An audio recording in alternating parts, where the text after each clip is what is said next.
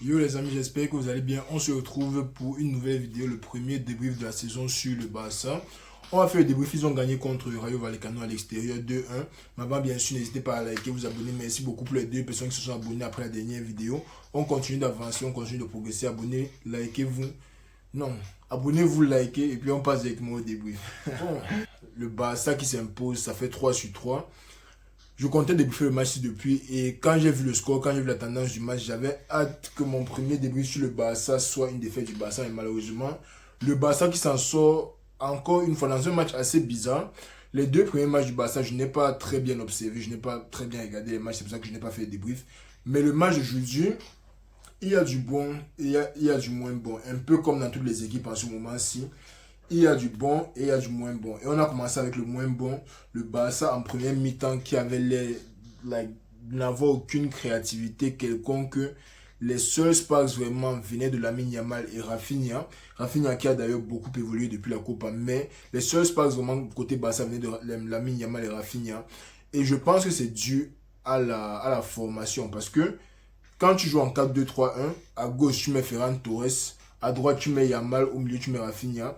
Rafinha aura plus tendance à graviter vers le côté droit. C'est un peu comme Mbappé et Vinicius. Mbappé aura tendance à graviter vers le côté gauche, comme Rafinha aura tendance à graviter vers le côté droit. Alors, côté droit solide, quand tu regardes premier mi-temps, le côté droit du Barça, c'est comme si ça vaut 150-200 millions. Le côté gauche, tu as 15 millions. Easy. Côté gauche ne dépasse pas 15 millions. La première mi-temps du côté gauche du Barça qui était naze. Les gars n'arrivaient pas à créer des occasions. Lamine Yamal, c'est comme si tu regardais un Real mais inversé. Tout le monde était à droite. Tout le monde essayait de jouer de la droite et ça ne donnait juste pas. Mais Lamine Yamal et Koundé qui ont bien combiné le match-ci.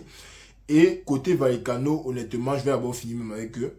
Match très décevant, on va pas se mentir. Quand tu marques aussitôt contre le Barça, quand les commentateurs racontent comment ça fait 3 ans que tu n'as pas perdu à domicile contre le Barça et tu marques aussitôt, il ne faut pas prendre la grosse tête. En fin de compte, le Rayo, c'est une équipe bas de tableau entre le 13e et le 20e. Le Barça, c'est top 3 chaque année. Le Rayo ne peut jamais se comparer au Barça. Alors, si un jour le Barça joue mal, oui, vous pouvez dire que vous arrivez ici, vous faites comme ci, comme ça.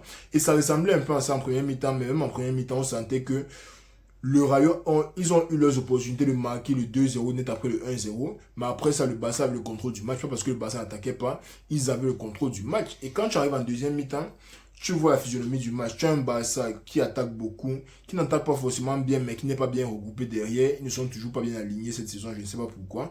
Hansi Flick en espérant qu'il va gérer ça. Mais côté offensif, ils te mettent un Dani Olmo. Dani Olmo que j'ai vu aujourd'hui là. Si le gars là arrive à rester healthy, il va faire du sale. L'entrée de Dani Olmo a carrément changé le match. Déjà que je trouve Rafinha très intéressant à gauche, parce que lui au moins, il a le sens de la combinaison là. Et en plus, il est un peu en forme, ce qui fait qu'il a combiné, il a bien combiné avec le petit qui était latéral gauche. Là, honnêtement, le petit là, je me rappelle même pas de son nom, tellement il n'a pas touché le ballon en première mi-temps. Mais bon, bref, Rafinha va à gauche, Dani Olmo entre au milieu de terrain. Il est là comme la colle, les touchés de balles, les transmissions, les sorties de balles. Dani Olmo a tout réussi aujourd'hui. Et côté Rayo Vallecano, on peut te mettre le Sénégalais là, il s'appelle comment Pathé 6. Je pense que ça c'était la pire erreur du coach. Pathé 6 pour moi, c'est lui qui vend le match. Vu son gabarit, vu comment il joue, c'est un joueur qui est censé être MDC. Est-ce que quelqu'un peut m'expliquer pourquoi sur le débordement de Pedri, dès que Pedri le traverse avec l'autre gars qui est là, le gars commence à trottiner. Tu vois la fin de l'action, tu vois tous les ralentis. Pathé 6 n'était nulle part sur la caméra. Il est en train de marcher lui en rentrant au calme. Pendant que le gars qui est censé même être devant lui est en train de se battre pour aller rattraper Pedri. Pedri donne à Rafinha. Rafinha donne au milieu. Très beau but. Le Barça a marqué. Mais ce que je voulais dire, c'est que côté Rayo, quand vous menez, on a vu le match de Mallorca. Le match de Mallorca, même encore, c'était pire. Ils étaient menés par le Real et ils devaient revenir au score. Là, tu mènes, tu es chez toi. Tu veux montrer que non, comme tu es chez toi, tu vas jouer le foot. Tu vas jouer quel football? Encore que même en deuxième mi-temps, vous n'arrivez pas à garder le ballon, à faire avancer le ballon. Vous allez jouer quel football, le Rayo? Ça, c'est 2 points perdus bêtement parce que vous n'arrivez pas à stay true to yourself. Forcément, c'est parce que vous n'arrivez pas à prendre vos occasions, mais parce que vous n'arrivez pas à stay true to yourself. Écoutez, Barça, quand tu leur donnes les espaces comme ça et que les gars essaient déjà de marquer, parce que là, c'est le moment qu'il faut mettre même 8-9 jeux dans la surface. Et même si tu mets les 9 jeux là dans la surface, ils doivent être bien alignés. Sur le deuxième but, quand je dis que Lamine Yamal et Koundé font tellement mal à cette équipe, petite combinaison entre Olmo et Yamal. Yamal est debout comme ça, là. Il regarde vers la surface. Feinte le corps, il pousse, il a traversé 2 joueurs. Donc le PC là, c'est seulement un génie, mon frère.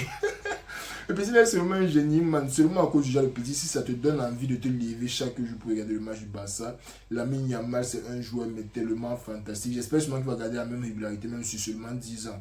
Parce que s'il peut s'offrir comme ça au Barça de 16 à 26 ans, il a déjà beaucoup trop fait pour le Barça. Et le Barça ne doit pas avoir les mêmes expectations que Messi sur Lamine Yamal. En tout cas, pas pour l'instant. Tant qu'ils n'ont pas gagné la Champions League, ils ne peuvent pas s'attendre à avoir un soupçon de Messi dans Lamine Yamal, même comme ça se voit déjà. Mais bon, Lamine Yamal qui a plié, bon, il a donné le ballon à Daniel Olmo qui a plié le match. Daniel Olmo qui ressort homme du match, honnêtement, rien à redire. Daniel Olmo qui a vraiment changé le match-ci.